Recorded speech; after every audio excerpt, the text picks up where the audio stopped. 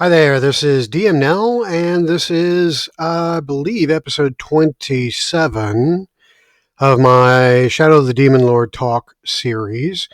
It has been a month or two since I did my last video. Apologize for that. The holidays kind of got in the way, and of course, with the new year comes all kinds of new pressures from work and life and that sort of thing. So, the usual things that keep you away from doing the things that you want to do. But be that as it may, I am here today, and this is going to be more of a short video than my usual videos. I am actually going to be talking about inspiration again. And no, not Dungeons and Dragons inspiration, but I'm talking about the things that inspire me to do adventures in Shadow of the Demon Lord.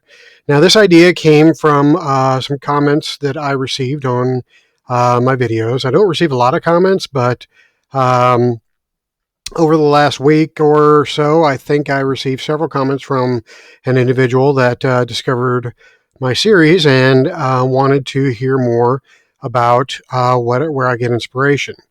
I believe the viewer is Ailson. Hope I'm saying that right. Ailson Dantis. So thanks, Ailson Dantis, for watching. And you wanted to know where I draw inspiration for my adventures and for my campaigns. So a lot of this is going to seem fairly self-evident, but I draw inspiration from a lot of different sources, primarily from TV, videos, movies, comic books. I draw inspiration from novels and other gaming materials, but my primary resource are the supplements that have come out for Shadow of the Demon Lord, and there's almost an endless wealth of ideas that can be mined just in the source material itself.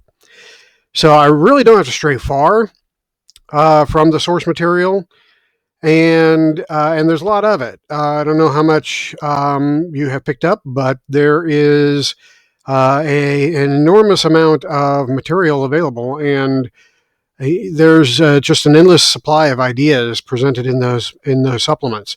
So I would recommend, if you haven't already, go out and check some of those out, and you can get a lot of inspiration just from reading the source material. But for me, I get ideas not only from the source material, but also in connecting the source material to other things that I am interested in. So I think the best way to illustrate this is just to go through some of the things that I've run and just kind of tie those into what's inspired me to either create or to expand on those adventures and campaigns. So here in my Roll20 side, I have my campaigns listed out here that I've run so far, and a couple that I plan on running. So the first campaign that I ran was Tales of the Demon Lord campaign, and that was the first campaign's adventure path, if you can call it that, that was released for Shadow of the Demon Lord, and that was part of the original Kickstarter. And I picked it up and wanted to introduce this to my players. Now, my players have been with me for many, many years, and we've played many games, but we've really been mostly relegated to Dungeons and Dragons for our fantasy role-playing. And so I wanted to depart from that simply because I really thought that the Shadow of the Demon Lord was a game experience that I wanted to try out as a DM, and I thought it was different enough from Dungeons and Dragons that my players might appreciate it for what it is, and not just say that it's another fantasy role-playing game. I really wanted to stay away from that simply because we already get what we want from Dungeons and Dragons, so why do we need to venture off into other RPGs that are offering basically the same thing? It's one of the reasons why I've never run 13th Age. It's really just another iteration of Dungeons and Dragons, and there's really no need to go there because I've already got Dungeons and Dragons, so why do I need 13th Age? Another thing is, let's see, what was that game? Well, I'm drawing a blank now. Yeah, drawing a blank. Anyway, the D&D fills that niche well, so I really don't need to replace it. So what Shadow the Demon Lord offers that's different than D&D is the horror uh, and apocalyptic aspect of the game. Now, of course, D&D, the way I run it anyway, has always had kind of an apocalyptic, um, uh, kind of the story arcs that I run always had a world is in jeopardy type of theme. Otherwise, when you get to high level, you really, the stakes have to be high. So what's higher than, the world being threatened? And not necessarily with, with destruction, but with the, changing of the status quo, with an evil overlord trying to take control, that sort of thing. And, you gotta think big when you're going into high level D&D.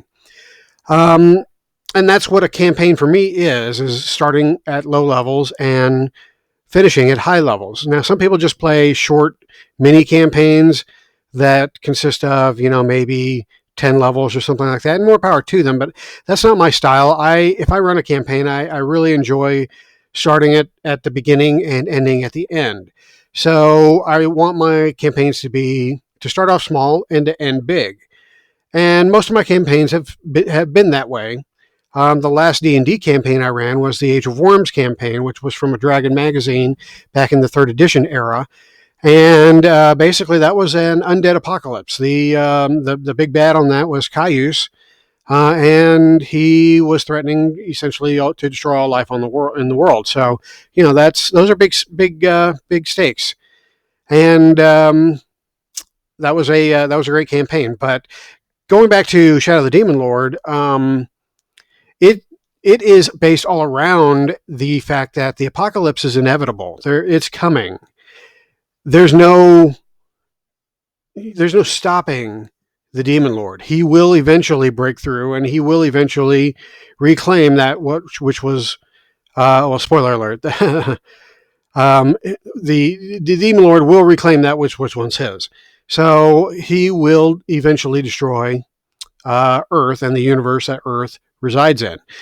So to that end, the campaigns that I've been running in Shadow of the Demon Lord are essentially just a slow progression, or I'm not even sure if progression is the right word, but a slow progression towards that apocalypse. And what happens to the world in that process, and how the people, namely the adventurers, react to what's happening around them. So they may win minor victories by averting the apocalypse, but ultimately it's just that. It's a minor victory because the apocalypse is inevitable. There's no stopping it. All they can do is delay it. So far I've run 2 formal campaigns for my home group, and I've run kind of a side campaign for a separate group that I ran for, which was more of an experiment. And I'll get to more of that in a moment. But the first campaign I ran was Tales of the Demon Lord. Now, I mostly ran that as written. I did change up a few of the adventures simply because I really didn't like a couple of the adventures that were embedded in this campaign, and so I just kind of changed them out with my own thing.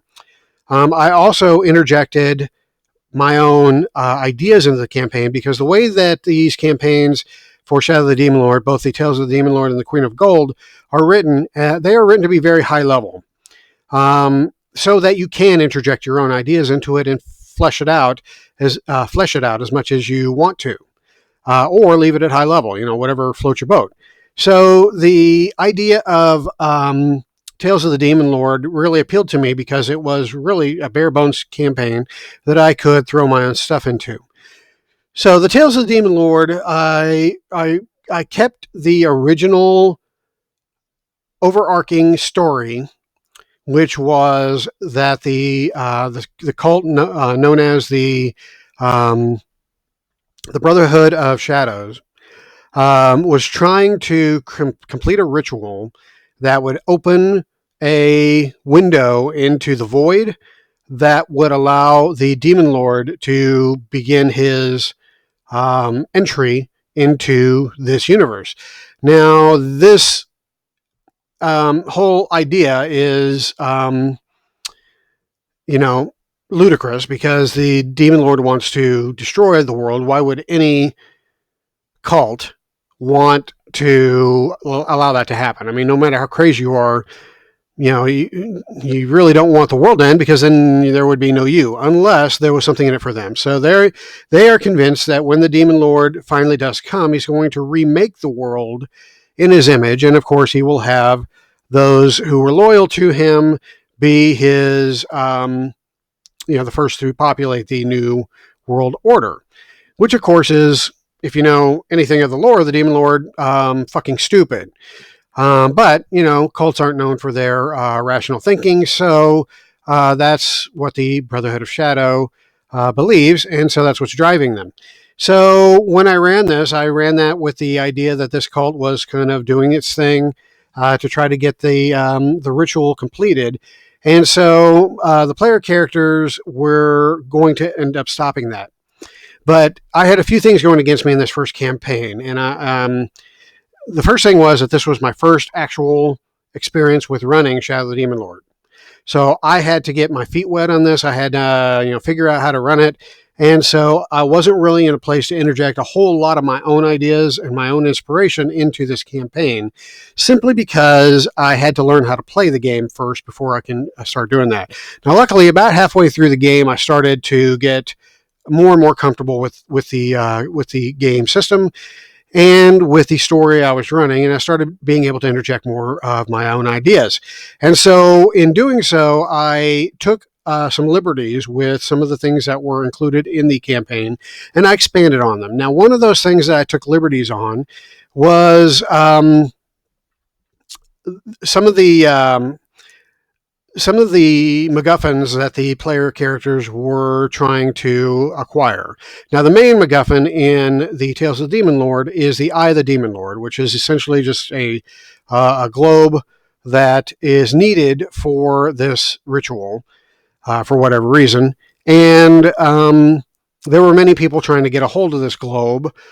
And so, that was one thing that I pretty much kept as is. But I wanted to interject something else into this campaign, and that something else was the artifact known as the Sword of Unmaking. So the Sword of Unmaking is a powerful relic that it's in the core rule book. And if there's anything I love more about if there's anything I love about fantasy, just the whole genre, I love magic items and I love powerful artifacts. Stormbringer, that series from Michael Moorcock, is one of my favorite fantasy series. I read it when I was in high school. And just the idea that there's this uber powerful sword, it struck a nerve in me that just really resonated with something inside me for some reason. Excalibur, same thing. Sword of Omens from Thundercats. All those swords, super powerful swords. I just ate it up. I love that shit. And so, I always look for something like that in my role-playing games. And D&D has had its share of, incredibly powerful artifacts. And so I was looking for that in Shadow of the Demon Lord. And the closest that came to it was the Sword of Unmaking. Now, the Sword of Unmaking, the name is kind of a misnomer. When I think of unmaking, for whatever reason, my mind goes to true names, true name magic, which is also a part of the Shadow of the Demon Lord. It was a supplement, and it's a very, very, I think it's kind of been forgotten, but true name magic is a thing in Shadow of the Demon Lord. And so, and it's also been part of D&D. So when I think of unmaking, I think of unnaming, which means that basically your existence is essentially wiped out, and it's as if you were never there. And so when I saw the Sword of Unmaking, I thought, oh, cool. This is a weapon that literally unmakes you. But that's not what it is, actually. When you read the description, it's more like Stormbringer in that it just sucks your soul out, and it can only do so a certain number of times, and then it disappears. So, whereas that's cool, like I said, I love Stormbringer, so, create Stormbringer, and I'm all in. But I was kind of disappointed by the name. If you want to create Stormbringer, call it what it is, Soul Sucker, the Eater of Lives, whatever. Just make it fit the weapon. The Sword of Unmaking didn't fit. So what I wanted to do is to take the name and create a new sword that fit, which is exactly what I did. So I took the Sword of Unmaking and I injected it into my campaign as another MacGuffin for the reason I'll give here in a moment. Now, the Sword of Unmaking, basically, my Sword of Unmaking is what I just described earlier. It is something that will, unmake you. It will, if it succeeds in doing what it is supposed to do, it will erase its victim from existence so that it never existed. It's erased from the history books. It's erased from the minds of all people. And I'm going to say, with the exception of the bearer of the sword. And that's the burden that the bearer of the sword has, in that even though the rest of the universe knows that this creature is no longer, never existed, or doesn't know this creature ever existed, the bearer of the sword knows and will always know. So that is the Sword of Unmaking's curse, if you will. But I created the sword for the sole purpose of defeating the end boss. Now, if you read the Tales of the Demon Lord campaign, there really isn't an end boss. The end boss is, the lead cultist of the Brotherhood of Shadows, and the lead cultist is just, he's just a dude. He's a powerful dude. By the end of the story, he's pretty powerful, especially when he has the eye of the Demon Lord. But like I said, I want big. When I do campaign endings, I want big endings.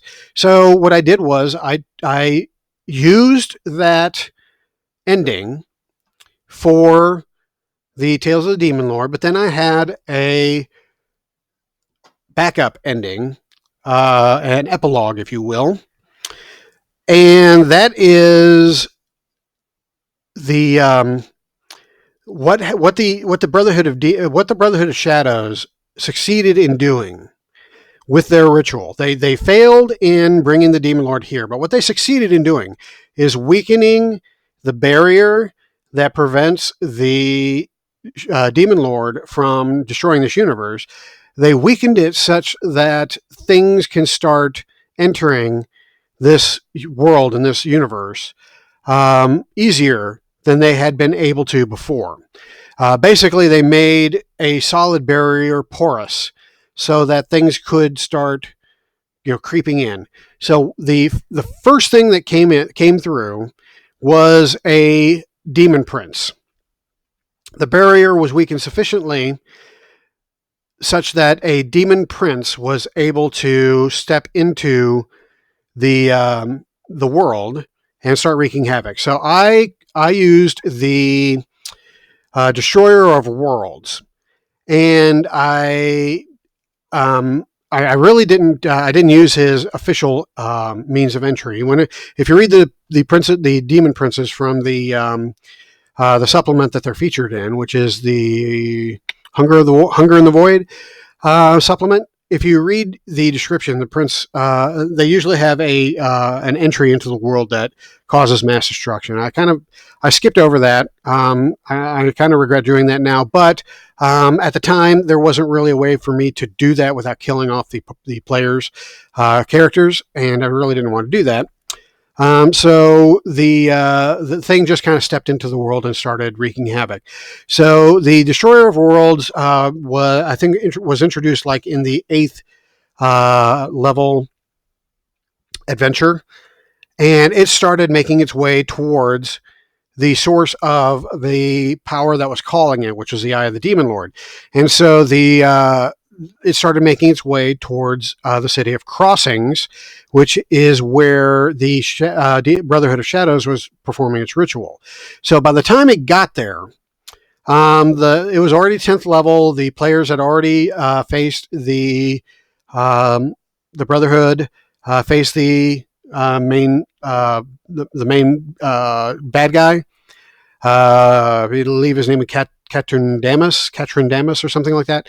Anyway, and they stopped the ritual, but the Demon Prince was already there. So they had to get rid of him somehow. He was a devastatingly powerful monster, difficulty of 1,000, and clear, most powerful thing they faced. And so they really needed a way to get rid of this thing. There was no way, even as 10th level characters, you can't defeat a difficulty 1,000 monster. It's just not happening. And I really didn't want to delve into the Paragon levels yet at this point, because I just gotten the Forbidden Rules. I had skimmed the Paragon levels, but I really hadn't become familiar with them. So I really didn't want to delve into that too much. But that's why I brought in the Sword of Unmaking. So they found the Sword of Unmaking earlier in the campaign, and they had this weapon that they could use against the Demon Prince. And so when they went to fight the Demon Prince, they really had no hope in destroying it, or in defeating it, because they were not powerful enough to really do any significant damage to it. And so, in wielding the Sword of Unmaking, they did manage to unmake the Destroyer of Worlds, which was epic. It was cool, and that was my way of interjecting, my ideas into the Tales of the Demon Lord campaign. So I mentioned, at the start of this video, this was supposed to be about inspiration. So my inspirations for this campaign was not only the adventure itself, but I drew inspiration from the Stormbringer series from Michael Moorcock with the super powerful sword, and also the world-ending monster breaking through and just kind of storming, towards the world. That really is inspiration that is drawn from my childhood in watching Godzilla movies.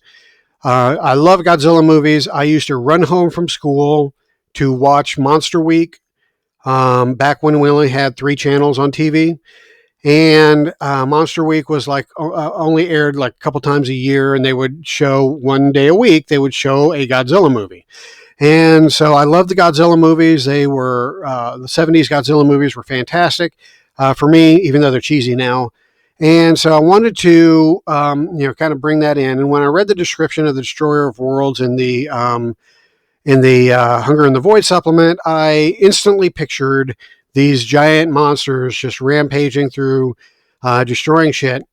And, people having really very little, being able to do very little about it. And so, but I did want them to get rid of this monster. So I kind of put peanut butter together with the Stormbringer idea and the demon kaiju. And that's the, the end boss fight that I had in this campaign. So that was Tales of the Demon Lord. I then ran a couple other campaigns. I ran Etherscape as an experiment. So I found some folks, like-minded folks, on I believe at the time it was Google Plus. We had a Shadow of the Demon Lord.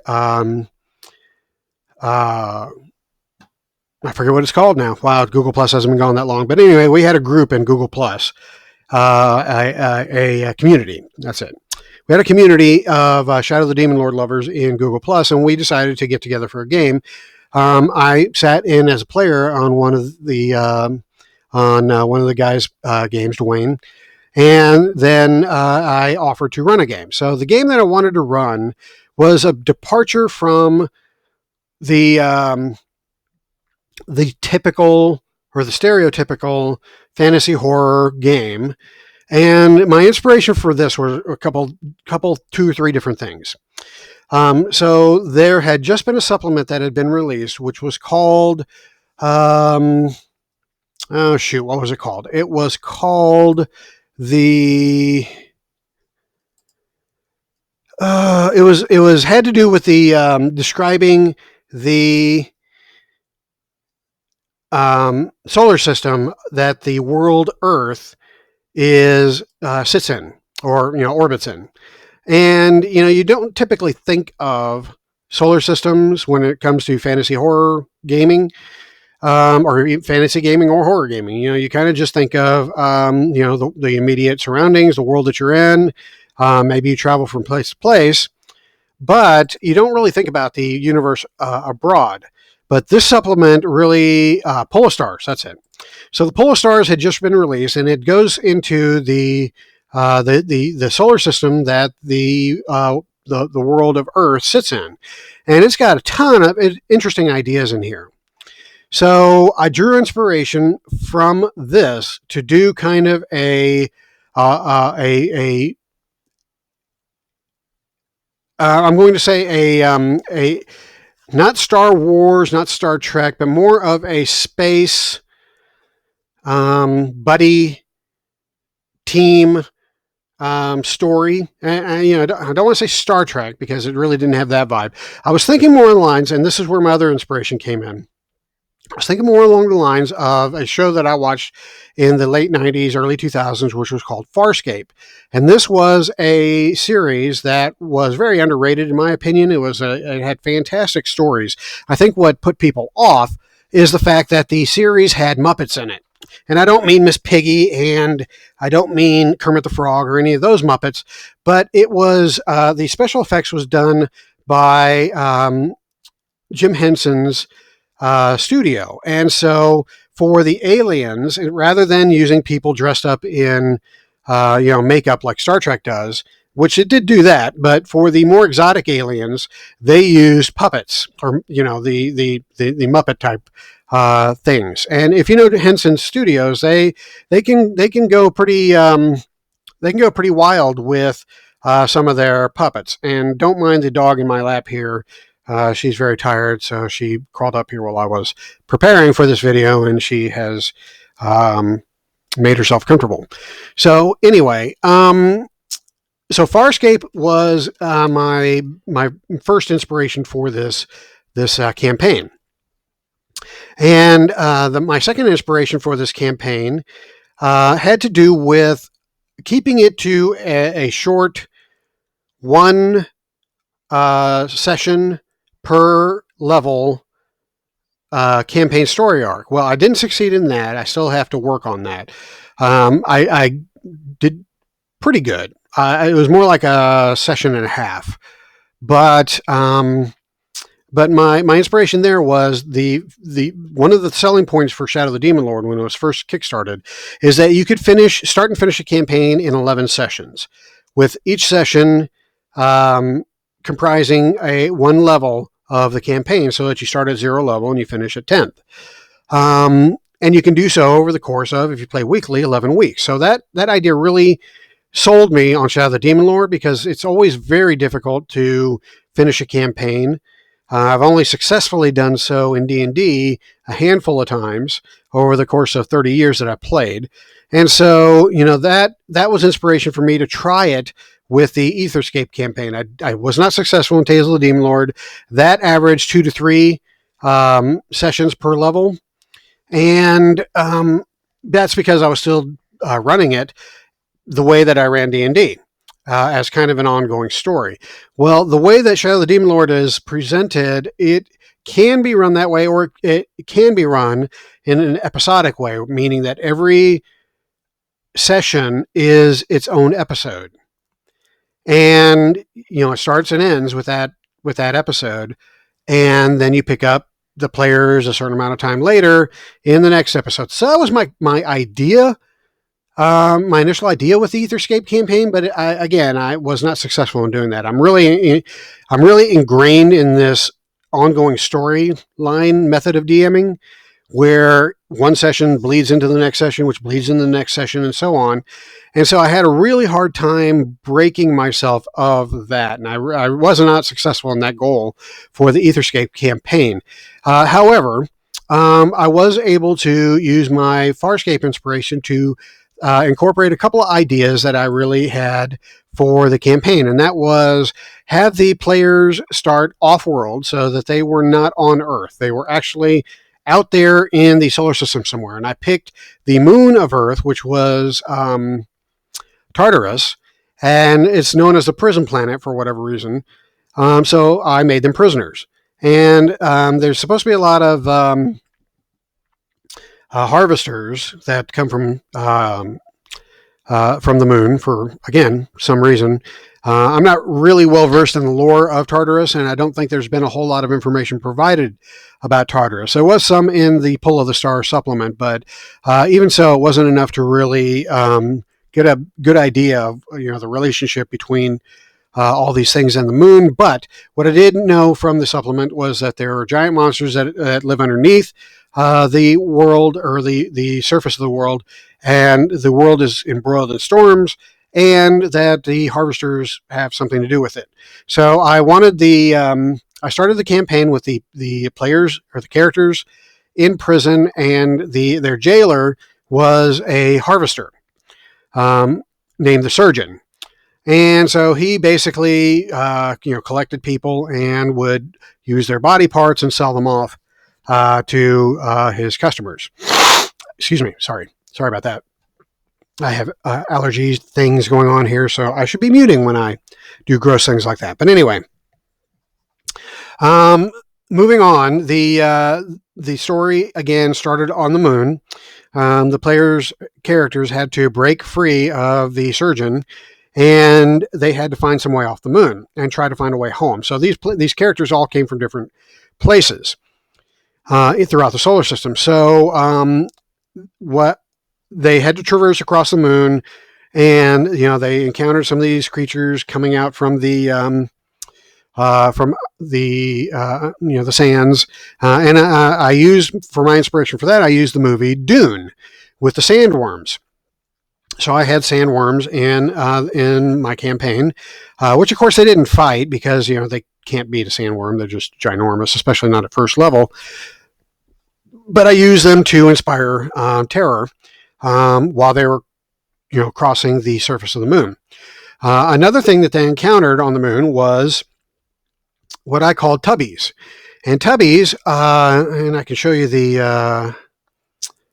I can show you my artwork for the tubbies, because I had to actually create the artwork for the tubbies. The tubbies, they're in my, this over here, they're in my homebrew bestiary. The tubbies were a creation of mine based off of an internet picture that I saw where the Teletubbies, which those of you that may not know what a Teletubby is, there was a children's show in the 90s called Teletubbies that featured these weird little alien-looking creatures, and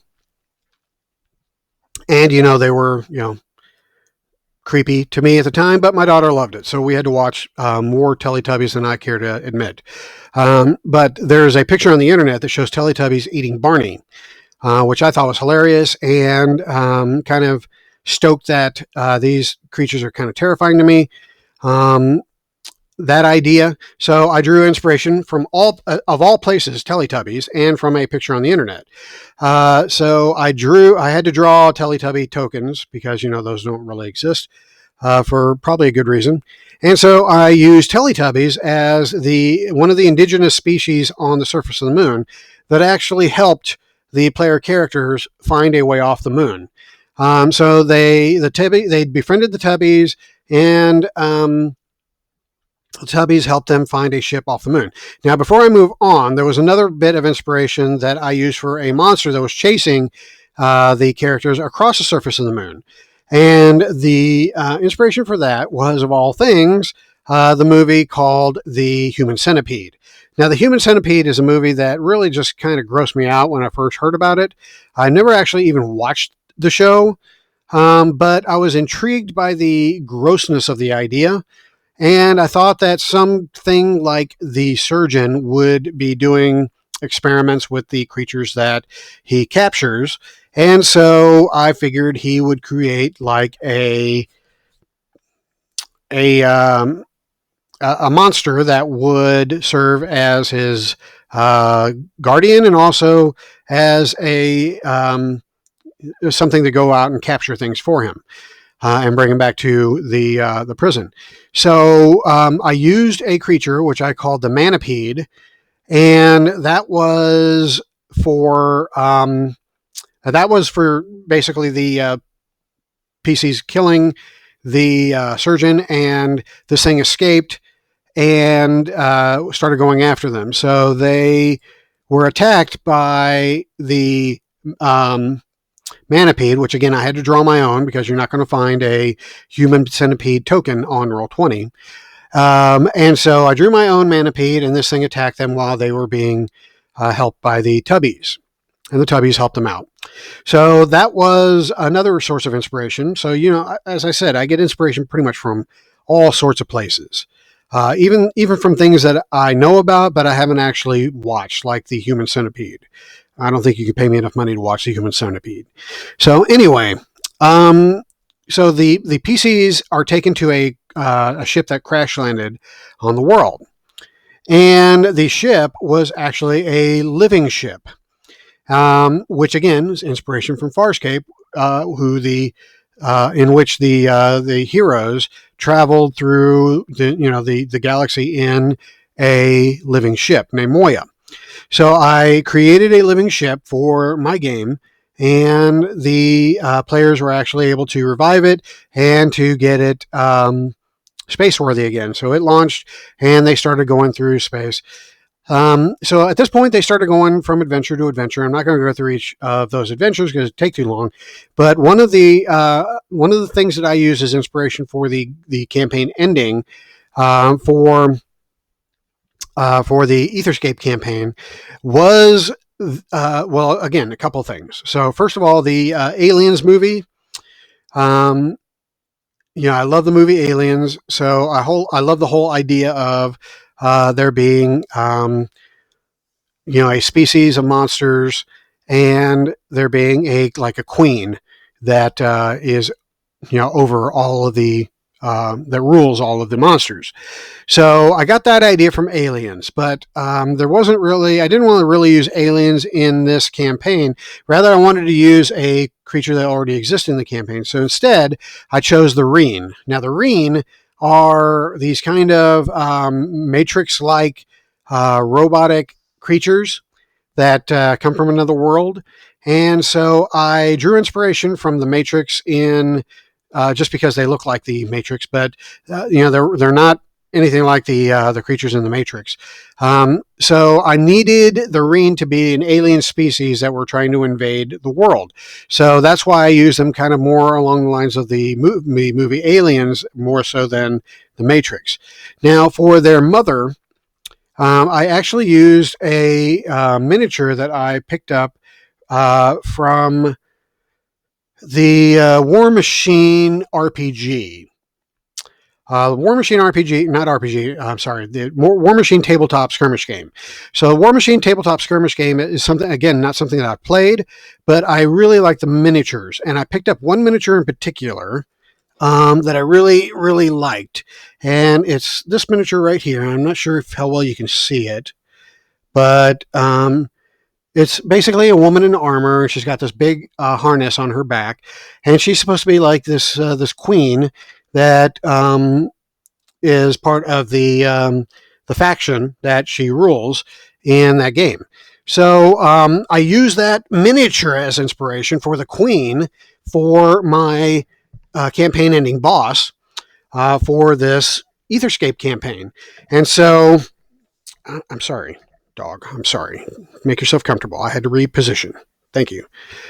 So I used this miniature as inspiration for my campaign ending boss.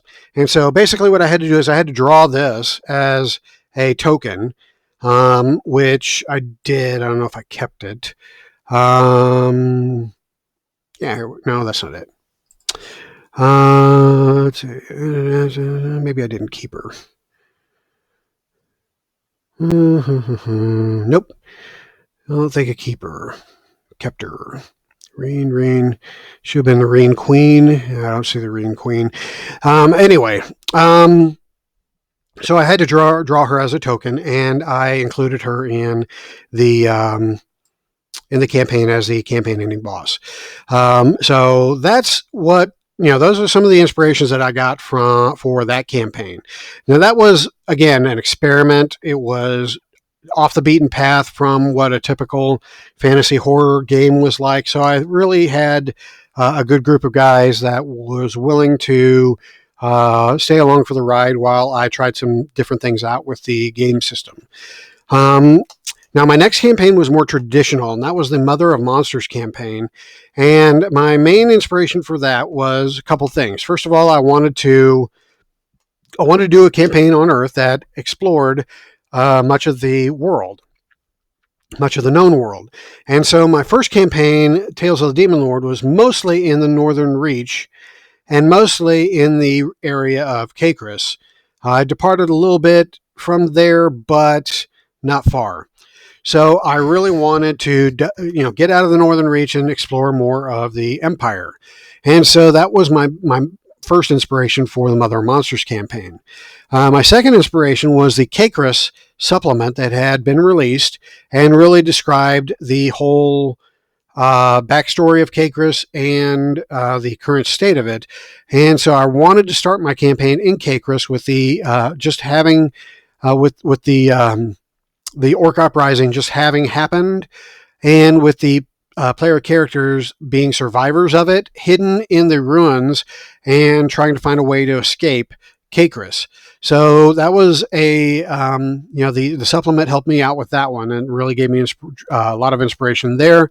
And so the rest of it was really just kind of exploring the different cities of the Confederacy. There was some overland travel, and then it ended up in the Low Country. So I did get to explore some of the Empire, though not as much as I wanted to. And I didn't really explore very many cities of the Confederacy. I think I only explored 3. But of the 3 that I did explore, one of them was the city of Chem, which I really wanted to get to because it was the city of, let's see, was it Chem or Lidge? I can't remember. I think it was Chem. I forget which one is the city where technology is being developed. I believe it's Chem. The other one, it's either Lidge or Chem. One of them is the City of Gold, and one of them is the City of Wonders. So whichever one is the City of Wonders, that's the one that I really wanted to get to because that was one that was more of a steampunk type of vibe, which I really wanted to explore. I kind of like the concept of steampunk. I enjoy running a few sessions in the Eberron setting for D&D many years ago, and so I like that. Technology is kind of woven into this campaign, so I wanted to explore some of that. So the supplement for Chem or Lidge, or whichever one is the City of Wonders. Darn it, now I have to look it up. Anyway, the supplement was out, and I wanted to use it, so I did so. The only thing was it didn't have a map, and that kind of made me sad. But I wanted to use it anyway, so I did without the map. Okay, so this is okay. So it's Lidge, not Chem.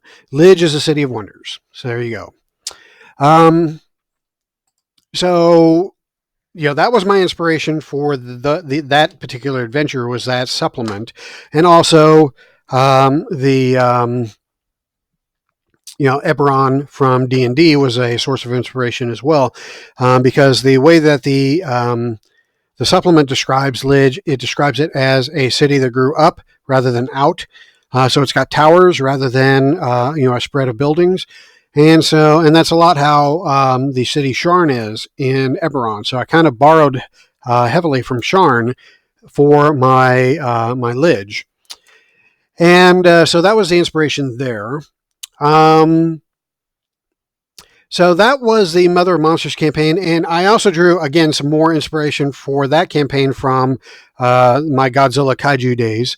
Um, and the campaign ending boss for that one was a kaiju-sized monster known as the Mother of Monsters, who was actually summoning or creating, this flood of monsters that was propagating throughout the Empire.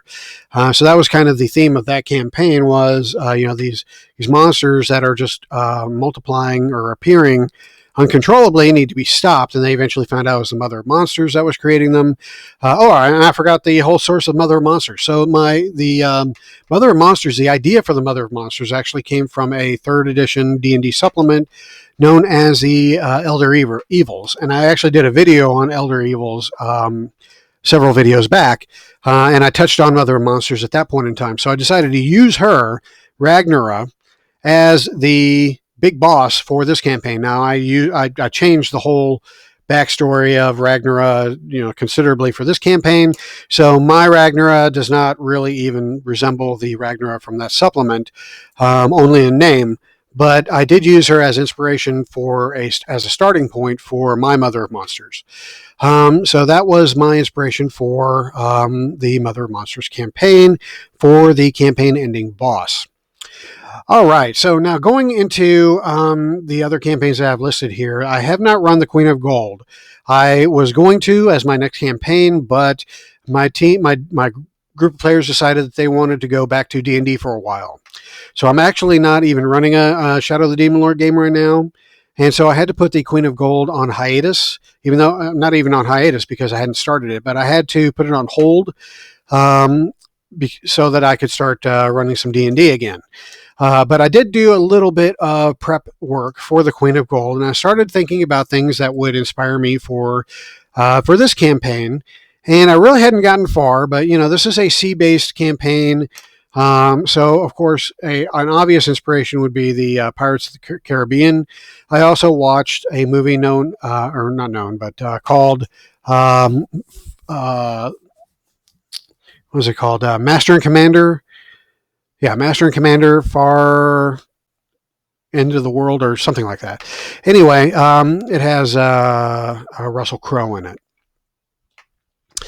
So that was I was trying to come up with ideas from watching those movies, but I really didn't get far in the whole outlining of my Queen of Gold campaign before we decided to not play that and go into D&D. So as I've been running D&D now for the last month or so, I've started thinking of other ideas that I want to run for Shadow of the Demon Lord, and the one that really got my fire stoked, I just actually thought of yesterday. And that was what I'm calling my working title is the Eschaton campaign. And my ideas around this is this is going to be kind of like a Western. And it's going to be a fantasy Western, so it's not going to be full bore Western. But, the gunslinger... the gunslinger path in the Shadow of the Demon Lord kind of gave me a little bit of inspiration for this, but also I started thinking of different things that might inspire me for this campaign. I just kept thinking of more and more stuff, and I actually had to write it down because I would forget it. But let me see if I can just draw up my list of ideas. Okay, so I started thinking about different things that I could incorporate into this fantasy horror Western. And the first thing that came to mind was several songs.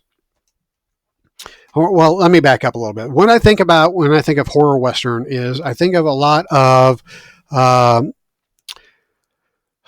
Western set in a town that's far away from other towns, and bad evil things are happening to it. So I think of the devil, and biblical references. I think of dust bowls and drought. Swarms of vermin. Evil things like that impacting this Western town. I also thought of something that came to mind that I hadn't thought of in a while was this movie called Something Wicked This Way Comes, which is actually based off of a Ray Bradbury book, which I've never read, but I did see the movie, and basically it was a carnival came to town, and the carnival is run by a demon or the devil or whatever you want to call it, and it was there basically to collect souls. So I wanted to incorporate something like that into this. Another thing that gave me some inspiration was some songs. So I wanted, since I was thinking hell and the devil was involved in this, I wanted the big bad to be the devil, or in Shadow of the Demon Lord, the devil does exist. They call him various things, but in this campaign, I'm just going to refer to him as the devil, even though he is actually known as Diabolus in this campaign. So some other things that were inspiration for me were some songs having to do with hell. Highway to Hell was one of the songs that came to mind. Hell is for Children, Pat Benatar, that came to mind. Bat Out of Hell, which is the name of an album, Meatloaf album.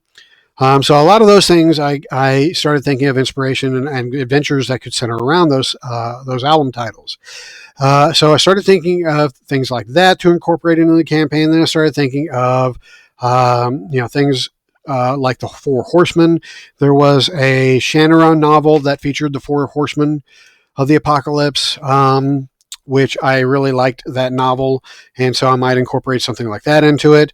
There's tons of references all over the place to Revelations and the End of Days that I wanted to kind of incorporate into this campaign.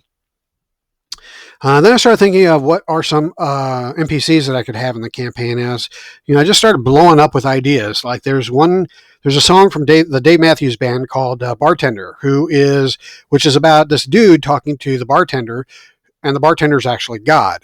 And so I was thinking, wouldn't it be cool if I had a bartender that was actually a divine presence, but nobody knew he's a divine presence. He was just a wise guy that everybody went to for advice. Another one is also from the Dave Matthews Band, actually from Dave Matthews' solo effort, but it's a song called Gravedigger, and I just love the idea, the concept of a gravedigger, so I wanted to have a gravedigger as an NPC in my campaign. Then I started thinking of more songs, and Nowhere Man from the Beatles and Fool on the Hill, both of those are very evocative, so I wanted to create a couple of NPCs based on those two. Preacher, the comic book, and also a series on AMC. Also very cool ideas from that, so I wanted a preacher type in my campaign. Of course, the gunslinger from the Stephen King novels came to mind. The Gambler from the song "The Gambler" from what's his name. Then I started thinking of the different westerns that I've seen, movies, Desperado, the one with Kurt Russell and Val Kilmer. In fact, Doc, what's his name? Doc Holliday was another character that I wanted to incorporate a similar character as an NPC in my campaign. Rocky Raccoon, another Beatles song. Then I thought about, having a saloon with a piano player. So I thought Piano Man, and I thought, well, from Billy Joel, Piano Man. And I thought, well, maybe The Entertainer might fit better because he has a song from his earlier albums called The Entertainer. These were just tons of ideas and inspirations that were hitting me left and right for this campaign. Sad thing is, I won't be able to run this campaign for a while because I'm kind of into D&D now. My friends are enjoying the campaign that I just started, and we're only second level. And then, like I said, I'm going all the way. I like to go in all the way, so I'll be in this campaign until 20th level, which may take me a couple of years. So if I were to do this Eschaton campaign, it would have to be a side campaign that I did with a different group if I can, find time to do that. But I would still have to develop this campaign more because I just have, basically brainstormed ideas yesterday and jotted them down as I was thinking about them. I would actually have to create a cohesive story to really bring that into a start to finish campaign. So that's pretty much it. Those are the things that I have drawn inspiration from my Shadow of the Demon Lord campaign. And we're coming up on an hour here, which is longer than I wanted this video to be. I'm terrible at timing myself for these videos. I thought it would be maybe 30 minutes, but here we are. So apologize for that. But at any rate, I hope this has been helpful for anybody that is trying to find ways to draw inspiration. And my only recommendation is just draw it from everywhere. I mean, there's no limit to what ideas you can develop. You may have to massage them a little bit. You may have to change them in order to fit them into your game, but that's okay. I mean, inspiration doesn't have to mean you're stealing and cutting and pasting exactly from another source. In fact, it's more fun for me anyway to take a concept and to just kind of change it to fit the story that I'm building, because all of these ideas and and inspirations that I'm drawing inspiration from, they come from their own stories, their own universes. And to port them in as is wouldn't make any sense. It wouldn't make any sense in the context of the story that I'm trying to tell. So you just take those kernels of ideas and you steal from them what you can, discard the rest. And so I would say that, just draw inspiration from everywhere. You can draw it from today's news. You can draw it from books, comic books. You can draw it from, something weird that your kid says, or that a classmate says, or, just something that some weird pictures you saw on the internet that had a couple of cool concepts in it. Just jot down ideas and steal shamelessly from them, man. I mean, it's your game. It's not like you're publishing a novel or you're publishing an actual role playing game. If that's your intent, then you have to be a little bit more original. You can't just go around stealing other people's ideas, even though there's not really any original ideas left. Everything's just kind of a reimagining of things that have already been thought up by other people. But you can't really plagiarize either. So that is, that's kind of a skill that you have to develop, is being inspired by something but making it an original creation of your own by taking elements of your inspirations and just creating something new out of that. So that is really my advice. Just use everything at your disposal and create your own vision out of those ideas. So that is it. I'm getting more stuffed up as I talk, so I'm going to quit while I'm ahead. Thank you all for joining me on this video. I'm probably going to make very few of these videos going forward, because I find it difficult for me to do a Shadow of the Demon Lord video when I'm not actually running a Shadow of the Demon Lord game. However, content is still coming out, so I may do some idea videos from the content that's being released if I have time to do so. But what I instead am probably going to start doing is a series of D&D videos, just kind of talking about my campaign for Dungeons and Dragons, my sources of inspiration for that, and how am I doing D&D my way. I think that's actually going to be my the name of my video series is D&D My Way, because even though I love D&D, I don't love D&D rules as written. I always have to take Dungeons and Dragons and I have to massage it somewhat to get it to be the game that I want to run. I call D&D right now, the rules as written, basically a basic D&D game. And my version of it, the one that I create out of that basic game, I call my advanced D&D game. And so my advanced D&D game is a compilation of not only the rules, the basic rules, but also house rules that I incorporate into that game to make it the game that I want to run. So at any rate, that is going to be a separate series of videos, and that I will create a separate playlist for that. If you're interested, then check those out when I start producing them, but probably still won't be for a couple weeks before I have a chance to do that. Okay, thanks again. And as always, thanks to Rob Schwab and Schwab Entertainment for producing a fantastic game, Shadow of the Demon Lord. And for all the like-minded folks out there that enjoy this game, let's be sure to give the Demon Lord a huge and heartfelt hail to the Demon Lord. Thank you all, and catch you at the next video.